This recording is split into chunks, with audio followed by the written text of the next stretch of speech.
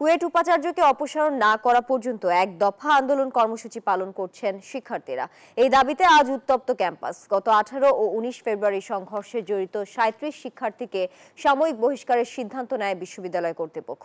মঙ্গলবার বহিষ্কারাদেশ ও মামলা প্রত্যাহার, হল খুলে দেওয়া সহ 6 দফা দাবিতে বিক্ষোভ করেন শিক্ষার্থীরা।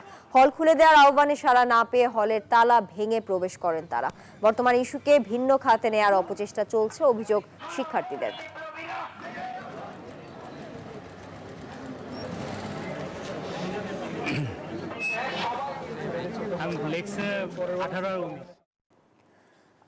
দর্শক, কুয়েট ক্যাম্পাসের সবশেষ খবর জানাতে যুক্ত হচ্ছেন সহকর্মী মাকসুদ রহমান।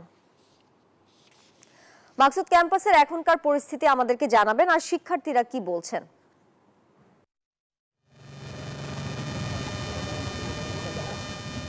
জি ধন্যবাদ তানিয়া। আমরা এখন অবস্থান করছি খুলনা প্রকৌশল এবং প্রযুক্তি বিশ্ববিদ্যালয়ের ডক্টর এম এ রশিদ হলের সামনে। আমরা দেখতে পাচ্ছি যে এখানে শিক্ষার্থীরা যে ভিসির এক দফা পদত্যাগের দাবিতে আন্দোলনের ডাক দিয়েছিল, আজকে দ্বিতীয় দিনের মতো তারা আবার জমায়েত হতে শুরু করেছে। ক্যাম্পাসে এখন এই মুহূর্তে শিক্ষার্থীরা যেমন একদিকে জড়ো হচ্ছে, ঠিক অন্যদিকে পাশাপাশি ভিসির আহ্বানে প্রশাসনিক ভবনের দোতলায় শিক্ষকদের একটা সভা চলছে। এই দুইটা সভা এবং শিক্ষকদের অবস্থান এবং শিক্ষকদের সভা দুইটা নিয়ে এখন নতুন টার্নিং পয়েন্টের জন্য অপেক্ষা করছে শিক্ষার্থীরা মনে করছেন যে ওই শিক্ষকদের যে সভা হচ্ছে সেখানে হয়তো গুরুত্বপূর্ণ কোনো সিদ্ধান্ত আসতে পারে।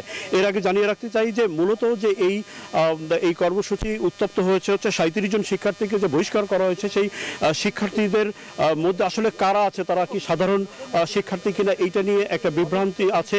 এবং যে 2 মে হল খুলে দেয় এবং 4 মে থেকে একাডেমিক কার্যক্রম চালুর যে প্রস্তাবনা বা সিন্ডিকেট যে সিদ্ধান্ত হয়েছে, সেই সিদ্ধান্ত নিয়েও তাদের আপত্তি আছে। তো আমরা সেই সিদ্ধান্ত প্রত্যাখ্যান করেছি। আমরা একজন শিক্ষার্থীর সাথে কথা বলতে চাই যে সর্বশেষ আপনাদের কি কর্মসূচি আছে বা কি ধরনের আন্দোলন কর্মসূচি আপনারা ডাক দিতে যাচ্ছেন?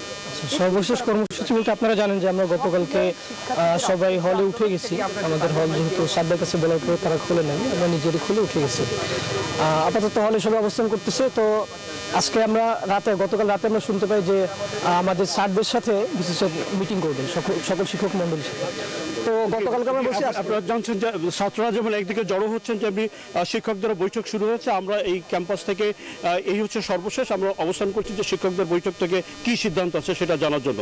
জি ধন্যবাদ মাকসুদ, আপনাকেও ধন্যবাদ আমাদের সঙ্গে যুক্ত থাকার জন্য কুয়েট ক্যাম্পাস থেকে। বান্ডেল থাকলে প্রতি সেনমানিতে টাকা বাঁচবে। বিকাশ সেনমানি বান্ডেল কিনে জিতুন প্রতি লেনদেন।